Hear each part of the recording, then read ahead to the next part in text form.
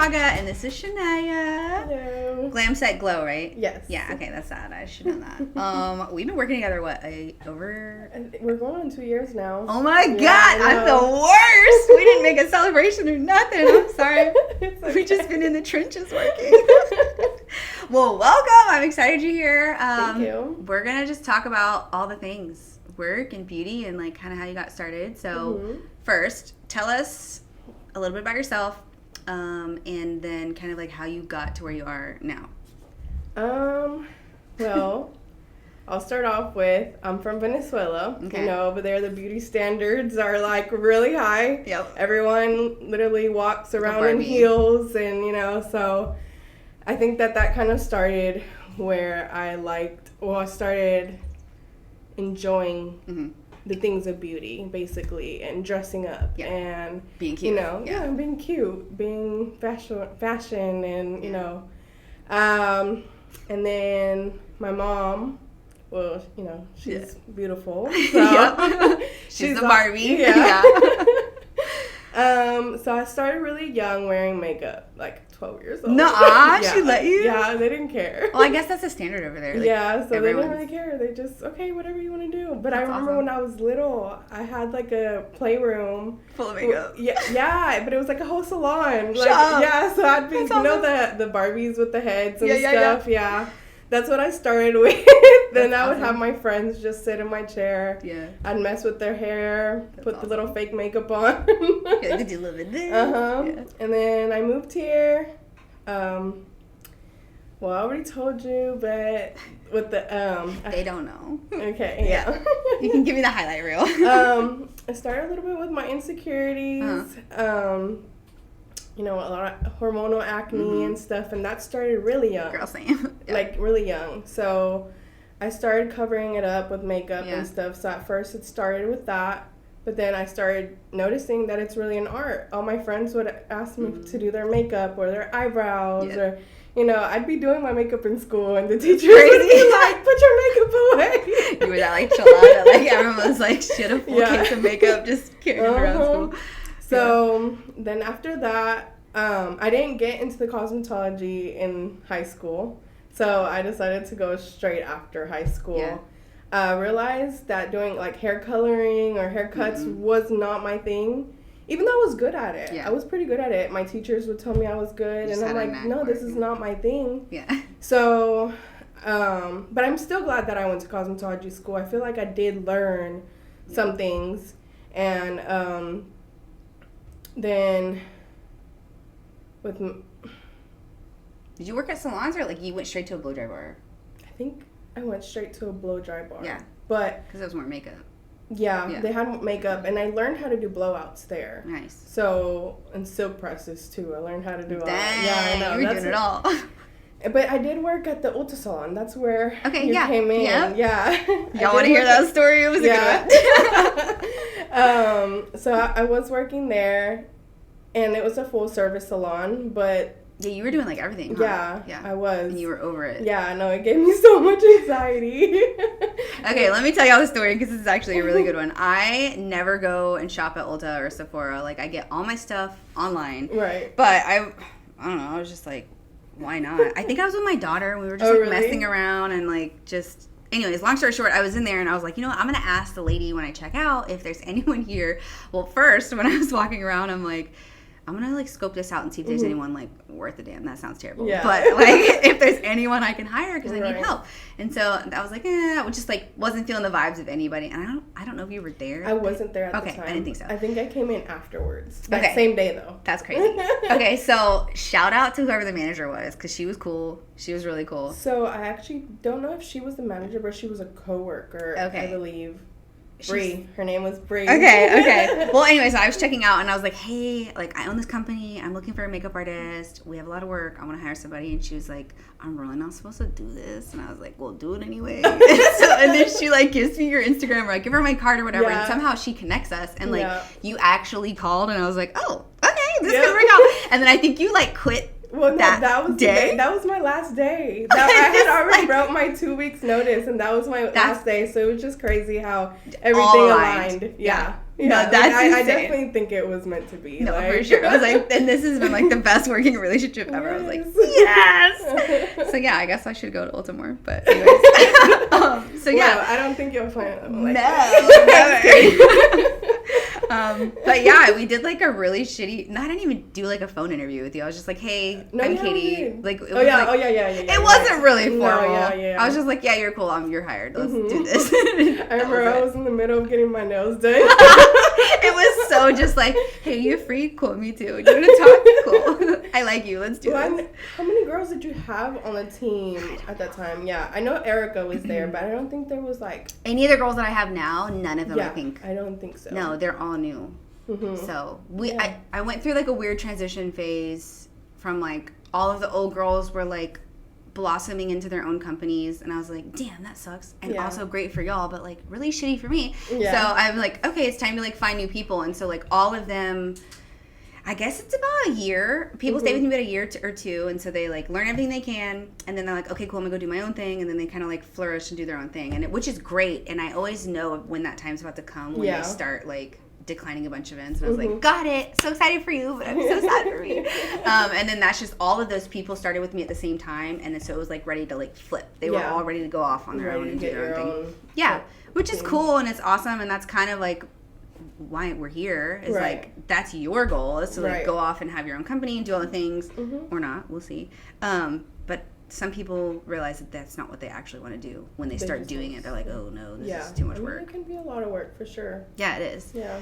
So, but yeah, I mean, some people are born for it, and some people are like, oh no, I just want to be an artist. Right. And that's okay too. Yeah. So, and I think that's why this podcast is important, is to like show people the ins and outs of actually running the business and like what it's like, and answer all those questions. Because if you don't have that information and that groundwork to have a successful business, you're gonna fall flat on your face, or you're really gonna struggle and like not make any money or whatever. And so so leading into that, like what, well, okay, we didn't finish, we got on a tangent about Ulta and here we are. But so you were at Ulta, and then you started working with me, and then you started working for a couple other companies, right? Yes. Learning and seeing how other people do things, and what you like and don't like about it, and what you do like about working with certain companies. And I think it's cool that, because some companies like me will not allow you to work for other companies. They're like, oh no, you can't do that. I mean, I think all the ones you work for are okay with you having your own company, right? Yeah, and they're okay with it. Yeah, that's cool. And they're not like weird about it. No, I feel like the ones would be like the salons and stuff that would be like, no, you can't go do this. Yeah. Yeah. Yeah. So that's cool that everyone wants to like see everybody grow and like have their own clients and do all their own things. Yeah, that's cool. I know you were recently talking about getting a salon suite with somebody, and then you like kind of fizzled away. Yeah, a little bit. Okay. I'm like, that didn't work out. And then you recently started doing more spa services with me, so I think that's exciting, honestly. I like it. I enjoy it. I feel like it even relaxes me. Like it's way different than bridal, so it's really nice to have kind of two. And then when bridal slows down, waxing and stuff picks up. Yeah, so you're never gonna be out of money, because you're always gonna have a busy season for both, and they flop. Something to do. It's really helpful when you're like, shit, like no one's getting married, no one's going to events, no one has makeup to do. Like you have some sort of like a steady income. It's helped me tremendously, to be honest. Like level out this number with my income. It's kind of been more like this. So that's good. I don't know. I mean, I wanted to do the esthetician program in the first place anyway, but they talked me into doing the cosmetology. More money. Yeah, exactly. Same. So yeah. But I'm glad I got into it, because it was, I wanted to learn more about skin, and so I'm glad that we're doing it. Yeah, it's fun. It's a lot of fun, I think. Okay, so you have your own company. You're starting to like hire out other people now, and now you're doing spa stuff too. Do you feel like it's easy to balance all of that, or are you struggling with that aspect of it? It can be a little struggle, you know, because I have to block out so many things on so many apps. Yeah, like with yours, and then with other companies, and then everyone does it so differently. Yep. Yeah. And like knowing who does what and what their policies are, and it can get a lot. Yeah, but it's okay. I think I'm handling it pretty well. Yeah. And I like it because it's teaching me how to be more responsible. Yeah, You're like, oh crap, Yeah. I gotta figure this out. Yeah. Yeah. Is it hard juggling, not just like the spa side, because that's new and that's a whole nother realm of scheduling nightmares, to be honest. But as far as like booking your own clients and like working with multiple companies, do you feel like that's really challenging managing that schedule, or do you find that it's like it's all kind of the same and you all treat everyone kind of like as if they're a client for you and you handle it all like booking the same? Well, I just get scared that I'm going to miss an appointment, like with me. Yeah. So that's why I try to, once I get a text or, hey, I immediately go to my bookings, block it off or whatever I need to do to make sure that I have that day, blocked off. Because I know it's been maybe once or twice that I'm like, oh my gosh, You're like, I have to run over here. Yeah, so I just make sure that, it can be tricky. It can be, a little difficult, but for the most part, I think I've been doing pretty well with keeping up with my schedule. Do you feel like it's worth it? Like working for multiple companies? And learning? The freedom. Yeah. I just felt like I was working so much more hours, almost, 4 or 5 days a week. Inside a salon. Yeah, salons. And it wouldn't even be like full-time. Most of the time it would be part-time. And, that's probably just so they don't give you the benefits. So they're really taking advantage of you. Yep. This is a lot better for me because I can just... No, it's so flexible. I can block off whenever I need to, decline or accept all, the clients. Yeah, and super nice. So I can go on vacation whenever I want to. You're like, sorry, I'm out that week. Yeah. That's nice. Yeah. You don't have to, ask for it. You can just say no. Yeah, exactly. Yeah. Because it's like you're kind of your own boss. Basically. You are. Yeah. Yeah, you're running your own company. Yeah. I mean, I think that's the difference between, a contractor and doing what you do. I mean, same. I still contract for other companies. Right. It's the flexibility is just awesome. You just have freedom. Especially if you have a family, and a life. Yeah. And you do things and, you're not just a workaholic. Yeah. Right, exactly. You like to travel. You travel a lot. I do. Which is great. I think it's great. Yeah, so I love to see the world. Yeah, you're like, I'm going to go here and here. But I really want to start getting destination weddings. Traveling and working at the same time. Perfect. Amazing. You're like, check. Sign me up. Yep. That'd be awesome. I know. Someday. Yeah. We're going to just mark it there. We'll be there. Yeah. We'll manifest it. I love it. Okay, so are there any specific questions that you had for me for today? I think I did have a couple. Get your phone out. Look at your notes. Yeah, look at my notes. Okay. What would you... Okay, let me see. There's a lot. No. Yeah, I did write a few. Okay, cool. What are some mistakes from the beginning that you wish you would have avoided? Ooh, okay, this is a really good one. Having clear communication with my artists and setting the expectation up front on what they should expect from me and just be real and honest about it and what I expect from them or you. Right. With you, I did all of that, right? I was like, hey, look, this is how things are. This is the pay. This is what my expectations are. And I feel like I kind of oversold myself a little bit. Hey, we're going to do this, and we're going to do that. And, sometimes I drop the ball because I just have so many things I'm juggling, you know? And I'm like, I really want these things, but have they happened? Probably not to, the capacity that I wanted them to. And so now I'm learning, let me pump the brakes and not be like, yeah, we're going to do all this stuff. I'm like, hey, my goal is to do these things. I don't know if it's actually going to happen. So I think that aspect is overselling myself. I don't do that anymore. Okay. And then setting the expectation of what to expect for both parties and making sure that it's all in writing. Yes. And so that you're covered as well as me. Yep. And then you never have to question what am I going to get paid? When am I going to get paid? How am I going to get paid? How is this situation going to work? It's all laid out. And because you've been doing this for so long, now you know what scenarios you could be put in, and you can make sure that you have that scenario kind of figured out, how you're going to work that out with somebody. So that for sure is just making sure it's all written down. I know I had another one. Oh yes, what's the best advice you've received? From another company? Yes. Or anybody? Or anybody that just really stuck out to you and kept that advice throughout your whole career? Actually, it's been recently, and I think There's a 2, actually. The confidence factor is versus, like, ego. Okay.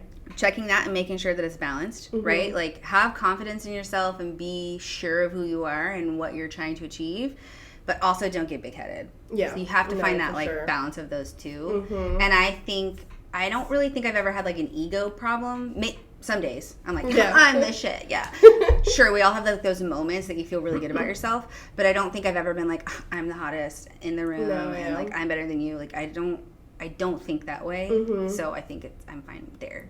Yeah, because a lot of people... No one's ever checked me on it, so I'm like, I think we're good. I think you're good, because like a lot of people, like, see other makeup artists or other hairstylists and just, completely think that y'all are in competition or something, and we're like, no. You only if you knew that we can work, we can build a community together. Like, yeah, for sure. Yeah. That one, and then also being true to yourself. Like, I see other people doing certain things, and I'm like, that's a really good idea, but, like, it's not necessarily going to work for me. Right. Or I'm, like, following someone else's footsteps and doing exactly what they did because it worked for them. Right. And I tried it, and it didn't work for me. We all have our own path. Like, things that others will do doesn't mean that it'll work for us. Work for you. Yeah. Right. Because our personalities are different, and our clientele is different, and, like, just how I do things may not align with you. And so I've learned to just take bits and pieces of other people's, like, education and coaching and make it work for me. And that's like, sure, you can follow somebody else's blueprint, but, like, tweak it to make it kind of like your own. Yeah, exactly. People always say, like, don't reinvent the wheel. Well, with what we do, it's so customized, you kind of have to, like, make it work for you, or else it seems impersonal a little bit. Like, when I was following someone else's footstep, like step 1, step 2, step 3, step 4, like, it didn't feel right. It didn't feel authentic. And I was like, okay, this is not me. This isn't working for me. And just kind of, like, blend all the things that I've learned. And, like, and every artist is different, too. Like, the way I would work with you is not the same I would work with somebody else. Because, personality, skill set, what you should be getting paid is based on your skill, not, like, someone else's skill. Like, tiered systems, like... Well, we were talking about spa stuff. I'm like, okay, well, this doesn't really work anymore with the model pricing. I'm like, okay, you're past that. Like, we don't need to do that anymore. Because I'm like, there's so many different avenues that we could follow this model, but it just doesn't work. You have to, like, just pivot and make it work for you.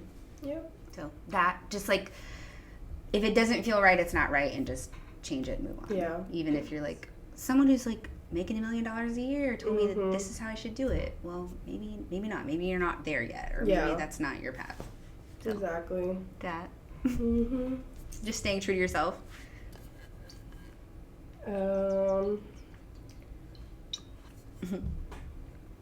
a good question, though. How do you go about firing a client? Ooh, okay. That's a tricky one. So I almost did this. Actually, I did do this the other day. So I was on vacation. I was going on vacation, and I had a client.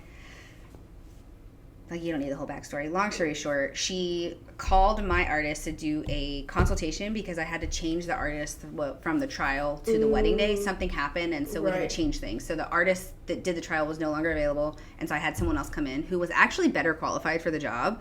The bride didn't know this, and so I set up a consultation between me, the new artist, and the client, and the client was late, and so I had to hop off. I had another appointment. And so they ended up just calling each other, and the bride just, like, thrashed me to her and was just like, Katie's been awful to work with, blah, blah, blah, just because something happened with this artist and I needed to change things. And then we had, like, one little misunderstanding about a service that she wanted, and I was like, well, we don't offer that when I first said that we did. Anyways, long story short, she was just really pissed off about those two things, and I was like, well, things happen. I can't change that. And so I...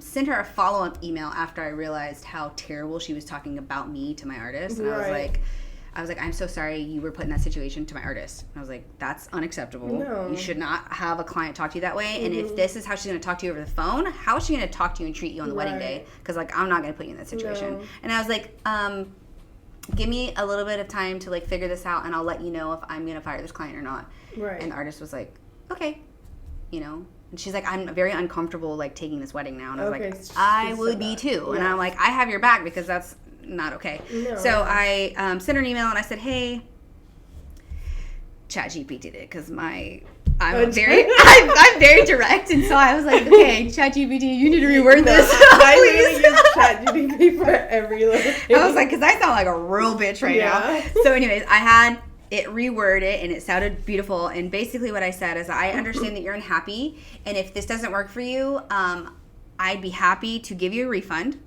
for all of the services that have not been rendered. So I wasn't going to refund her for the trial. And I'd be happy to give you a list of people who are in your price point that I think would do a really good job for your wedding. So I said, sorry, don't disrespect me. I'm happy to give you a refund. Normally I wouldn't, because we were like 8 days out from the wedding. And I'm like, and I'm not going to leave her hanging. So I'm going to make sure that she knows that I care, but I'm not going to be disrespected. And so I called her, left her a voicemail. Then I texted her, no response. I saw she read it, left me on read, and then I sent the email. Took me a second to like kind of calm down, because I was like, we're so close, and I was leaving on vacation the next day. Yeah. And so I had somebody else taking charge of this event and making sure that everything was going, and I was like, I literally have like 12 hours to figure this out, because I'm going to be on a cruise ship and I'm not going to be able to talk to anybody. Right. And so you don't know how it's going to go. No, and I was like, I need to get this figured out before I leave. So basically what I would say is, say, hey, look, these are my boundaries. Don't cross them. You cross them. I'm not going to be treated that way. I will give you your money back, and I will help you find a solution. Okay. That's what I would do. So I wouldn't just be like, you're fucked by. Don't do that. But offer a solution and give them a list of recommendations, so you're not like an asshole for just like leaving them hanging. But just explain, like, look, I'm not going to be treated this way. Correct. I didn't have to explain that. She knew. But I was just like, hey, I understand you're really upset. Yeah. And that alone just said, hey, like, we don't fucking talk to people like this, basically. I just wasn't going to call her out and be petty about it. Yeah. I just was like, no, don't put my artist in that situation. Well, I'll know next time. Yeah. Chat GDP. Yeah, I'm like, so say what you want to say, and then, like, have a robot make it nicer. But step one, just say, let her know we're not doing this. Yeah. And then I'm happy to refund you or not refund you based on the situation, and then give them a solution. Yeah. Always give them a solution. That way that they know that you care. And then I also said in the email, I said, look, the last thing I want for you on your wedding day is to be stressed. My job is to make your day a lot less stressful. Right. And it doesn't seem like I'm doing my job very well. Right. So maybe let's find you somebody else. Not a good fit. So I made it in a caring, loving way, and I wasn't just like, fuck off. Because a lot of artists would. No, I'm sure. They were like, ugh, okay, you're not going to talk to me like that. Thankfully, I haven't really, like, gone through something like that yet. But that's why I'm like, I just want to be prepared for the time that, it does happen. Yeah. Well, so bridal is very different. So now if it was, like, a spa client, someone that's, like, constantly late, constantly no-showing me, things like that, I don't let them pre-book appointments. Okay.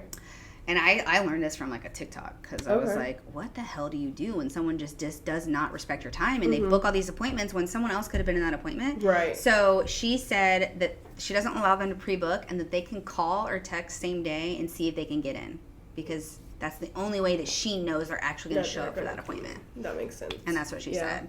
And then having a cancellation policy set in place. So, I mean, I do, but some people don't respect that. And then if they don't respect that, so the first one, I'm like, I give everyone a one-time no-show, no-call, whatever. Right. Like, I get it. Life happens. And I'm reasonable. Like, if your mom died or you're in the hospital, things happen. Like, cool, what's one appointment? It's not going to kill me. But if you've done it 6 and 7 times, you're out. So, I mean, and every situation's different. But I would say, like, let your clients know what your policies are. Stick to them, because then they're going to, like, really respect you.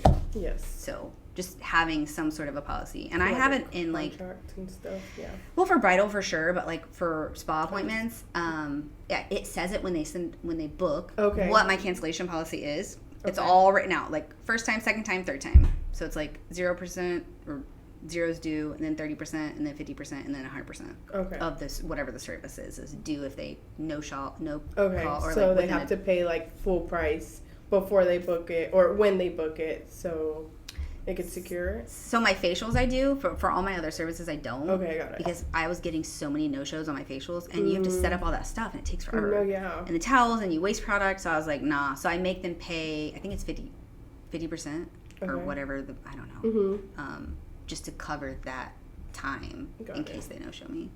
So yeah, it's a little, I mean, it's all kind of separate, but just having whatever policy works for you set in place.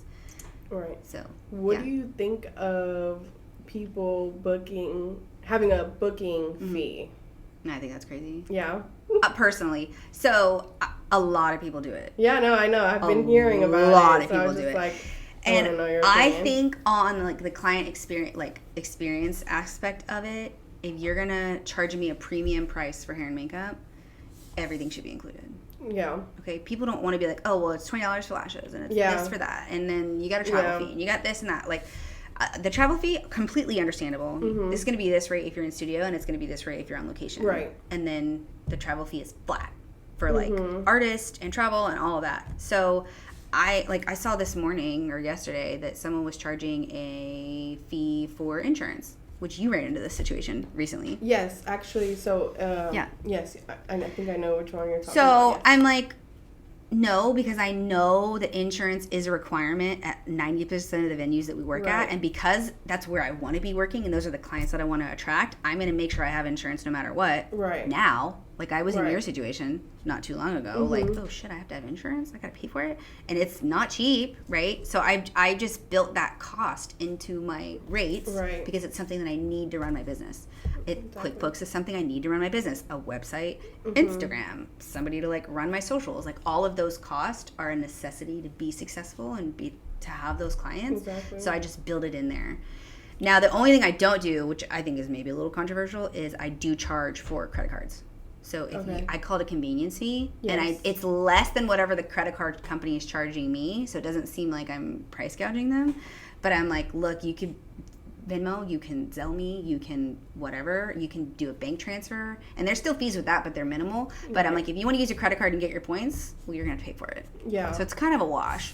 But I'm like, usually the people that are using credit cards is because they want to get the points, or B, they don't have the money to pay for it. Yeah. And I'm like, I don't want to chance these things. Yeah. So that's the only like fee that I charge extra for, is if you want to use a credit card. Okay. But travel, that's standard. The rate is standard. Everything's included, and then extensions, I do charge extra for that because it's a lot more work. Well, yeah, for sure. And that's a lot more time. That's standard. That's pretty common. And I think a lot of people that charge a booking fee or this fee and that fee is because they're not charging enough for their services. And I could see that. They've overextended. Their overhead is very, very high. Yeah. And I'm like, if your overhead is that high, you need to reassess where you're spending your money and cut your costs where you can and still keep your client experience the same.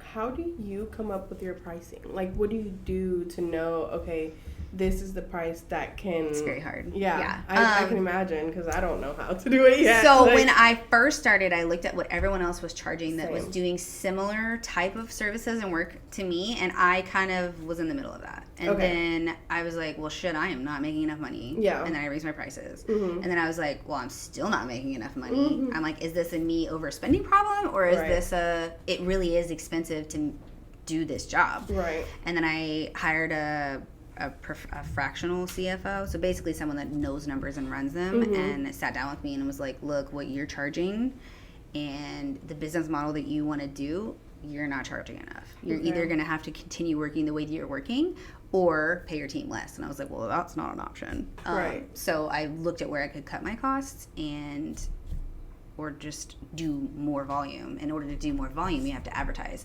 Yeah. So it's just tricky finding the balance of like, and it all comes down to like knowing your numbers. How many weddings did you do? How much was your average? What was your average like service per wedding, like count? And just collecting all that data. And the shitty part is COVID hit. So like I knew all my numbers up until like 2019, and everything was like consistent. The growth was consistent. Like year over year, my numbers like doubled. Okay, nice. Up until 2019 or 2020, and then COVID hit, obviously, and then we couldn't work for like 6 months. It felt like we were just out because people canceled or moved their weddings.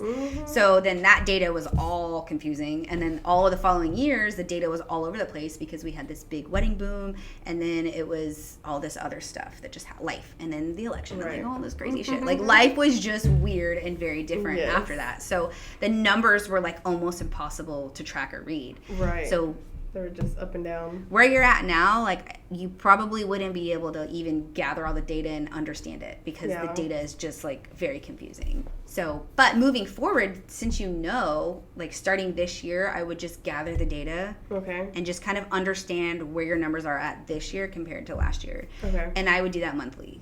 I know it seems like a lot of work, but if you know where you're at, or if you're like, oh my God, I didn't do nearly as much this year as I did last year, what changed? Okay, did you start taking more clients with companies, or did you start taking more of your own clients? And like, are you working less? Are you working more? Or is your profit lower? Like, you just have to see the numbers don't lie at all. And it's just having to understand how to read the numbers. So like, I did this yesterday. I was like, oh my God, I'm broke as shit. I'm building a salon. I've put $20,000 cash down. I'm like, oh my God, I'm broke. And then I'm like, wait, I'm actually not broke. Chill out. You've been working on this. You've been saving, blah, blah, blah. And so then I ran a report on my numbers, and I'm up like 10%. Oh, nice. On not my wedding. That's a whole other thing. I track my wedding separately than from like the spa and the salon. Yeah. But I was up like 10%, and I was like, oh, I'm just being fucking dramatic. Mm-hmm. Like, so it takes the emotion out of how you're feeling, because I'm like, I had a slow week. I just got back from vacation. I'm like, I haven't worked in 2 weeks. Yeah. Right? And then I'm like, okay. And like being all self-doubty, right? But then I ran the report, and I was like, oh, okay, you're being dramatic. Just shut up. Right? So the numbers are there, and then it takes that emotion and that stress out of things when you know the numbers are there. And then you can track, too, which is really nice. And that's the other thing about having a website, is like, you can just run that report, and it's there. Yeah, that's good, but I work with so many different companies, so it's so hard. You just got to run your bank account and like an accounting system. How I have to do it, And then just go like a spreadsheet. Do you have a different account for business and for right? 100%. And that's what I have to do, because right now it's like no, girl, no, and that's not good. No. Yeah. Okay, so I would say step one is, and honestly, you don't get to this point until you start making a lot of money. Okay. Like, you don't have to really start separating things until you're like, oh, I have enough money to have in both accounts. Because sometimes you're like, shit, I ain't got enough money to even get lunch today. Right. Like, it just happens. So when you start making more money, then you can start really getting serious about running things and managing it. So the way that I'm set up now is I have a retainer account, all my wedding retainers. Okay. All that money I do not spend. Nice. Until the day of the wedding, because then I got to pay you guys or whatever. Okay. Right? So like, that money sits into an account, and I do not touch it until day of. So that's smart. All of that is 100% do that, so that way you don't get stuck into a situation where you're like, oh my God, I don't have enough money to pay my team. Because you used it already, right? Like, that's so embarrassing. Do not do that to yourself. So just stash that away, and then have your like operating account, is what I call it. Now, some people have like 6 and 7 accounts. That's way too much. I can't keep up with that, so I just don't. So I have my deposits, and then I have my operating, and then I have my personal. So I pay myself. I'm on salary, so I decided from whatever my profit was last year, I decided what I was going to be able to pay myself and still keep the amount of money that I wanted into my business monthly, and it just automatically transfers at the end of the month from my operating account to my personal account. Nice. So that way you know exactly how much money you're going to get paid, and then if you're like, okay, well, I need more money this month, you just bonus yourself out, or you just transfer more money. Would that be considered as like a paycheck? Like if you, okay. Because I know some like companies, if you're trying to get a house and it's different, they'll be like, oh no, you it's a what? It's so annoying. Yeah, because you don't have a paycheck or whatever. So, but if you can prove that you're paying yourself a consistent amount of money, even if it's $500 or $1,000, like, it doesn't have to be substantial, but like, if you can prove that it's in there every single month, that's going to be considered like it's easier to track. Yeah, and be like, okay, this is what I make from this. So, and then you can say this is what the company makes. Right, and then both of those incomes are your income. Technically. Okay, got it. So, yeah, it's a little messy. But if you separate, I would say definitely separate your deposits from your personal for right now. Okay, like, that's step one for sure. Yes, that'll be my next step for sure. And then if you keep enough money in there, usually the account's free. Okay. So I would go around and just I would get a business account, and they usually have more perks. So some business accounts, like what I ran into is I was doing so many transactions, and they were going to start charging me because I had too many transactions on my account. And I was like, well, screw that. So I just, all my daily spending I put on a credit card, and I pay it once a month. Nice. So it limits the number of transactions I have, because it's 1 versus, I don't know, 100 little transactions. So you just have to get creative on how to like set things up to where it saves you money and you're not like lowering your cost. Get creative. There's ways to be creative with it. But yeah, definitely separate the two. And then when you've got that figured out and you know how much you're like bringing in monthly, then I would separate like what you're bringing in as work versus what you're spending personally.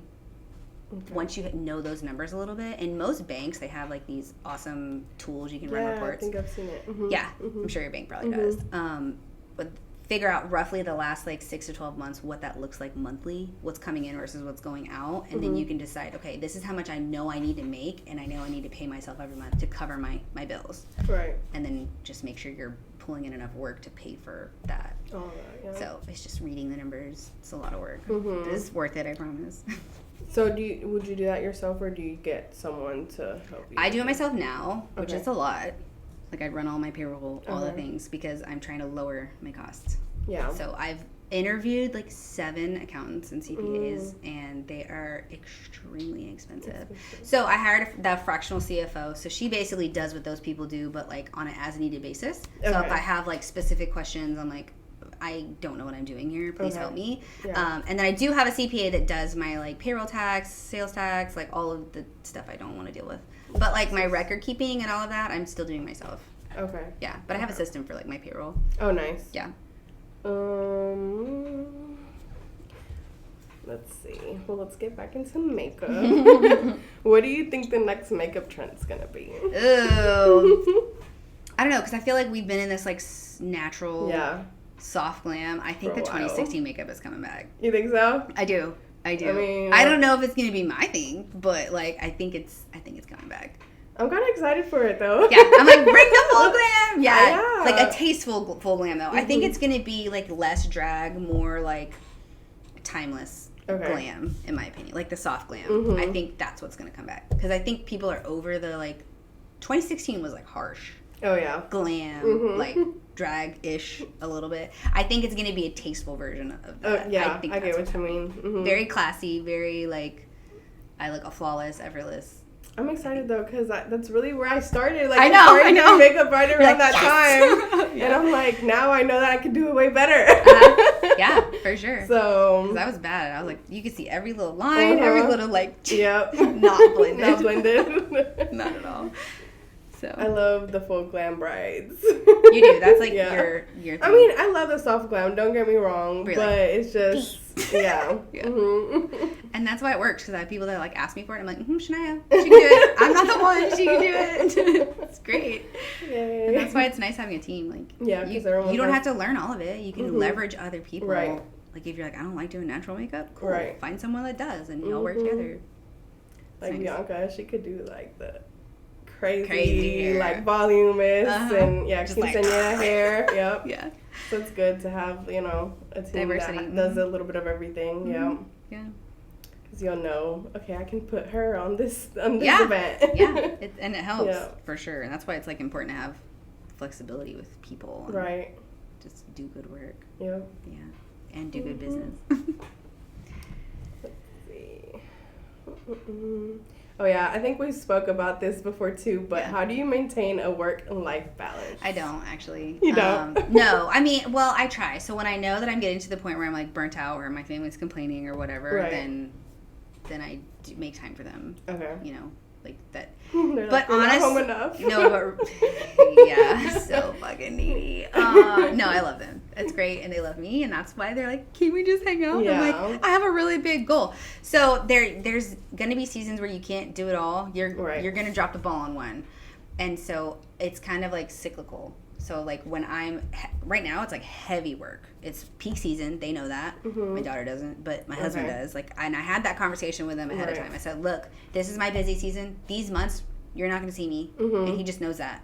Now, we've figured that out. And I'm like, look, just know that I'm all work right now. And now that I'm building a salon, like, it's even more all work, but I'm going to do a really good job of balancing the two. And the way that I do that is I make sure that I'm always home for dinner. And if I'm not, we either have some sort of like a snack time or something where we're all sitting at the table together. Yeah, that's like important. Religiously. So breakfast, we all sit down, we have an actual meal, and we talk about like what we want to do for the day, what we want to work on, how we want to be better. And like Steven's always like, okay, be a leader today. Like he tells Peyton all the time. He's like, be kind, be loving, and be a good leader, like every single day. Sweet. And it's really cute. And I think it's like important, you know, to know that A, we care, and B, like, be a good person. It's not hard. And then the whole meal aspect, I'm like, that's the one thing that is consistent, and then that's how we can all like reconnect together without feeling like I don't ever see my family. Right. Because sometimes I don't. Sitting at the table and eating together is it's so important. Yeah. Nowadays, like, people don't do that. No. Most families don't do that. I'm like, your kids are sitting in front of the TV while you do dishes. Or in their bedroom. It's weird. I'm like, this is the heart of a home. Like, you guys have to like be together. Food brings people together. Family together. Yeah. So that's my one thing, and we actually talked about it the other day. He's like, look, we haven't been doing family dinners, and I'm like, I know, I've been working late. Yeah. You know. But then I'm like, okay, if we're not gonna do family dinner, we'll do like a snack time or a dessert time or something where we're all sitting down together and talking about our day. And we do this thing called Poopsicle Popsicle. Do you remember that? Okay. I don't know if I heard of it. It's the kid version of like, what was your favorite part of your day? And what was your worst part of your day? And we do that every time we sit down. Okay. And then I get to know, like, okay, what went wrong and what was good today. Yeah. So that's kind of like how I balance working so much and having dreams and aspirations as an entrepreneur, because like sometimes all I think about is work. Yeah. Because like, I mean, it's what takes up your days. It's just like my drive. Like that's what I care about, and that's what I want to do. Maybe it'll change, but it's been 10 years and it hasn't. So like here we are. Yeah. So yeah, just finding time and having something that's consistent, I think is important. But for the most part, no, my work-life balance is not. It's not balanced. No. It's work. Oh, shit, I forgot about family. Okay, family, here we are. So, but I mean, that's just sometimes what it takes to be able to achieve what you're achieving as a woman and doing it all. It'll pay off eventually. Yeah. No, it will. They'll have all your time in the, who knows, 10 more years. Yeah. Maybe you'll be able to retire. Yeah, please. But I mean, that's why you set up what you set up. Right. Work hard your young years so you don't have to your older years. Yeah. And work smart, though, not just hard. Because anybody can work hard and be broke. You gotta be smart with it. Have residual income. Have things that, you know. So, yeah. But yeah, I don't really have a work-life balance. If that answered your question. It's okay. But I think to be able to achieve. Spend time with your family. I do. So I make it a point. There. Yes. Family dinners. Let's see. And I know you kind of said this too a little bit earlier, but any tips on building a reliable team? Yeah.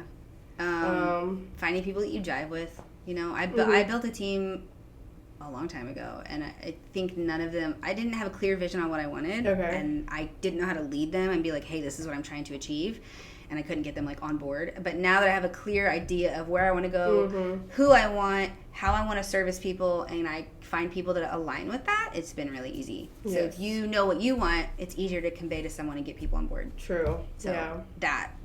Because I feel like everyone that's on the team right now, we all have the same goals. We all want the same thing. We all want the same client experience. Right. And it's easier. Yeah, there's like, I don't have better to babysit understanding whenever you know what you want. Yeah, you're like, you want from your team. For sure. And then you guys have that too. Yeah, so. I definitely do appreciate the communication that we have, because yeah, and y'all aren't afraid to like bring things up to me, because I'm like, okay, well, you're right, that doesn't work, we should change that. And I'm like, cool. Or if y'all have like an idea and I'm like, yeah, I think that sounds great, let's do it. Right. Because I'm like, y'all have seen things that I haven't seen, especially when y'all work for other companies. I'm like, okay, what are they doing, what's working? And you're like, well, I like this. I'm like, okay, let's try it. And I'm like, oh wait, maybe not. It doesn't have to be the same as everyone else. I mean, I've learned that, you know. I'm like, we ain't doing 30 minutes, our business. Stressing me out. Not that. Actually, we've been going up a little bit more, I think, to 40 minutes. So that's been a little bit better. 40? Yeah, well, that's helpful. It's better. It's better. It's definitely. Did they listen to you all, finally? Yeah, I think so. Enough starting people complain. The ones that, what's it called? The ones that they're able to with the time periods that we have, you know, they'll do it. But if they can't, we can't. So. But for the most part, I do get a little bit behind whenever it's just 30 minutes. That's tough. No, I can't do it because I care too much. Yeah, I do too. I just want to. I'm in my own world when I'm doing makeup, so it's just like I feel like I can't talk. I feel like I can't. Yeah, like I feel like I can't really. My heart's I'm fucking sweating. Like I feel like I can't really do much whenever I have the 30 minutes, because and I'm not able to give them like my full experience. Right. You know. Right. Like, I want to be fun. I want to make you laugh. I want to make you feel good. But with 30 minutes, I'm like, I got enough to get this shit done. For real. So, yeah. Well, we kind of talked about it, but, like, what do you, like, how do you see yourself in the next, like, 3 to 5 years? Or where do you see yourself? 3 to 5 years. Let's see. Well, definitely I do. I'm already starting with my team, but I feel like hopefully by 3 years, I'll have, like, a good, reliable team that, you know, we go and do other things. Yeah, but I would love to travel. Like, I want to be out of state, out of the country, everywhere. Yeah. I don't know if those two things align. Yeah, with the teams or what? I mean, yeah, like, if once you have your team built, they can go off and do the events that you can't do. Okay. And then you can book more destination. Yeah. Okay. So but it's hard as far as marketing goes. You're like, hey, I'm here, and they're like, well, when are you here? Right? Okay. But if you just set the tone, like, hey, I have a team, but I also, me personally, I'm going to be doing this. Like, it's just how you market. Yeah. Basically. That makes sense. But it's going to be a little challenging. Well, I mean, if I ever go out of the country, I think I would at least bring one person with me. For sure. I don't want to go by myself. It's too hard. Yeah. Especially with all those services. Like, you need a team. Yeah, for sure. But. Well, cool. That's exciting. Yeah. Awesome. And then I always said I wanted a suite. Again, I had a suite, like, right before COVID. It was just one of those little building suites and stuff. Little room. But I want something nicer where, like, other people can, you know, like, community. How you have it. Mm-hmm. Yeah. Yeah.